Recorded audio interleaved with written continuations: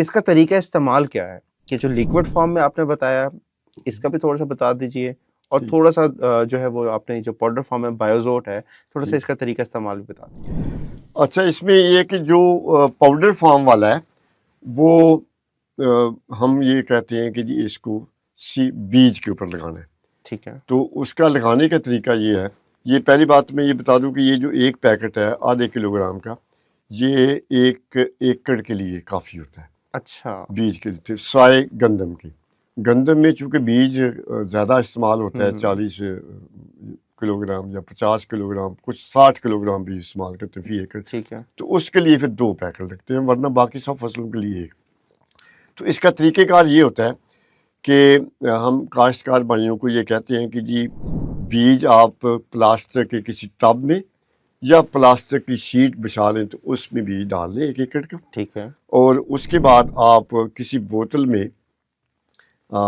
پانی بھر کے اس میں 4-5 چمچ چینی کے، اچھا اور اس شیرہ کو بنا لیں، شیرہ بنا لیں، اچھی طرح ہلا لیں، وہ ٹھیک ہے، شربت بن جائے گا۔ ٹھیک ہے، تو اس کے ڈھکنے میں، یہ جو ڈھکنا ہے اس کے اندر اگر آپ وہ سوراخ کر لیں 5-6، تو وہ سوراخ سے پھر وہ چھڑکنا اس کے ساتھ، تو وہ اچھا اس کے بعد آپ یہ بیج کریں، پہ چھڑک دیں اس کو، بیج پہ اس کو چھڑک دیں اگر ٹھیک یہ ہے، لیکوڈ فارم میں۔ ٹھیک ہے، ٹھیک تو ہے، اگر یہ لیکوڈ فارم میں نہیں ہے تو یہ پاؤڈر فارم میں ہے، تو آپ پھر پانی، سمپل پانی آپ لیں گے، تو پانی میں شربت ملا دیا، اس کے بعد بیج کے اوپر آپ نے لگا دیا، ٹھیک ہے، اور جب بیج کے اوپر لگ جاتا ہے تو آپ دیکھیں کہ بیج چپکنا ہو جاتا ہے، سٹکی ہو جاتا ہے، ٹھیک، تو اس کے بعد یہ پیکٹ کھولا جاتا ہے اور سارے بیج کے اوپر اس چھڑک کو دیا جاتا ہے، چھڑک دیا جاتا ہے۔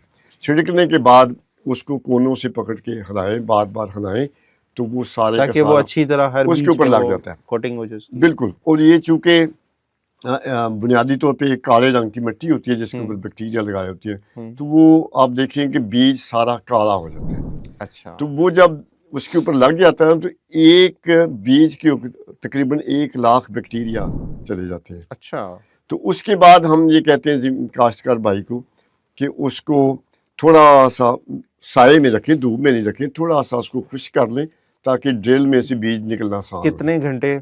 گھنٹے نہیں، آپ اس کو پھیلا دیں، اس کو زیادہ سے زیادہ آدھا گھنٹہ، اچھا یا بس، بہت لگ گیا تو 1 گھنٹہ لگ جائے، ٹھیک ورنہ ٹھیک آدھا ٹھیک، گھنٹے میں ہو جاتا ہے۔ اس کا مقصد یہ ہوتا ہے کہ جب وہ ڈرل میں سے چلے گا نا بیج، اگر وہ گیلا زیادہ ہوگا تو وہ اس میں پھنسے گا، اچھا تو جب وہ ڈرائی ہو جاتا ہے، ہاں خشک ہو جاتا ہے، تو پھر سیڈ اس میں سے آسانی سے نکل تو یہ جاتا ہے۔ ہر فصل کے لیے، ہر فصل کے بیج کے لیے یہی طریقہ کار ہے؟ ہر فصل کے لیے بیج لیے جو عام فصلیں ہیں، سوائے ان فصلوں کے لیے جو مثلا چاول ہے، تو چاول میں آپ اس کو دونوں طریقے سے لگا جاتے ہیں۔ ایک تو یہ کہ جب چاول کی آپ نرسری اگانا شروع کریں تو آپ اس وقت بیج کے اوپر لگا دیں، ٹھیک ہے، تو اس کے بعد وہ نرسری اگے گی، تو اس کے بعد آپ ٹرانسپلانٹ کر دیں۔ اچھا ٹھیک ہے، لیکن اس کا فائدہ اتنا نہیں ہوتا، اس سے بھی زیادہ فائدہ یہ ہوتا ہے کہ جب آپ نرسری اکھیڑتے ہیں، چاول کی پنیری جو ہوتی ہے، پنیری جب اکھیڑتے ہیں، تو آپ اس وقت ایک گڑا سا بنا کے چھوٹا سا پانی بھر کے اس میں، تو اس میں یہ پیکٹ کھول کے اس میں ہلا دیں، اچھا وہ سارا اس میں پانی میں مکس ہو جائے گا۔ اس کے بعد وہ جو پنیری ہے نا، اس کے اندر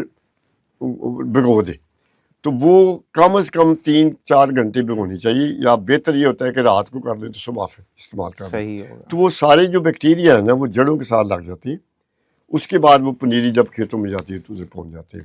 اسی طرح جو گنا ہے، تو گنے میں طریقہ کار یہ ہوتا ہے کہ جی آپ اس کے جو وہ موڈ سمے ہوتے ہیں، ہیں جن کو کہتے ہیں سمے، تو ایک بڑے سارے کڑاہ میں آپ پانی ڈال کے شربت سا بنا کے اس میں، بھگو دیں اس کو، اس میں یہ مکس کریں اور اس میں بھگو دیں 2 گھنٹے کے لیے، اس کے بعد لگا دیں۔ ایک طریقہ تو یہ ہو گیا۔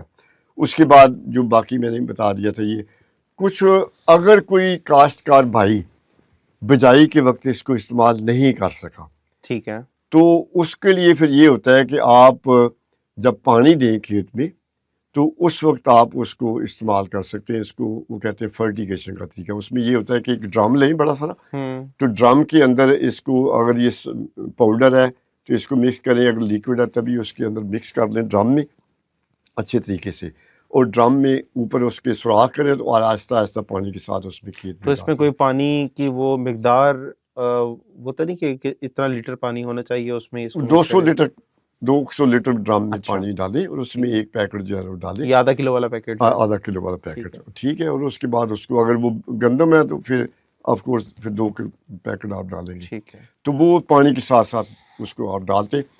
اس کا فائدہ اتنا تو شاید نہ ہو جتنا بجائی کے وقت کا ہوتا ہے، لیکن کم از کم 70-80% فائدہ اس کا بھی ہو جائے. اچھا ٹھیک ہوگا.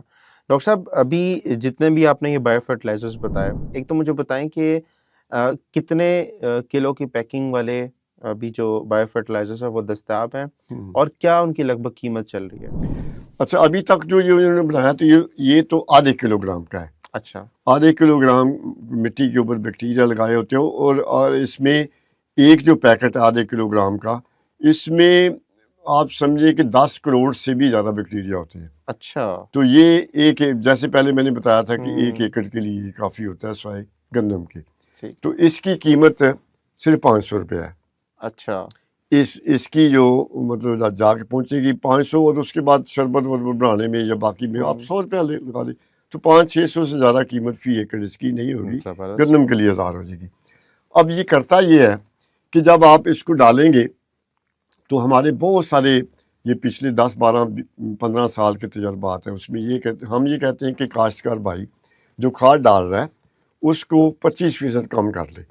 اچھا. 25% کا مطلب ہے کہ اگر اس نے ڈی اے پی 50 کلو ایک بوری فیڈ ڈالتے ہیں عام طور پہ لوگ، بعض کیسز میں زیادہ بھی ڈالتے ہیں لیکن عام طور پہ ایک ڈی اے پی بوری ڈالتے ہیں فی ایکڑ. اسی طرح تقریباً 2 اچھے زمیندار 2 بوریاں یوریا کی بھی ڈالتے ہیں فی ایکڑ. کپاس کے لیے اور بھی زیادہ، یا مکھی کے لیے اس سے بھی زیادہ استعمال ہوتی ہے.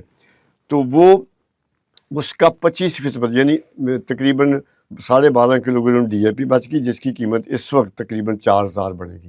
اچھا. سملرلی اگر 2 بوریاں یوریا وہ ڈالتے ہیں لوگ تو آدھی بوری یوریا کی بھی بچ گئی، تو تقریباً 400 یہ بچ گیا، 400-500. تو یہ سمجھے کہ 4500 روپے کی بچت کاشتکار کی ہو گئی 500 روپے کے مقابلے میں. زبردست.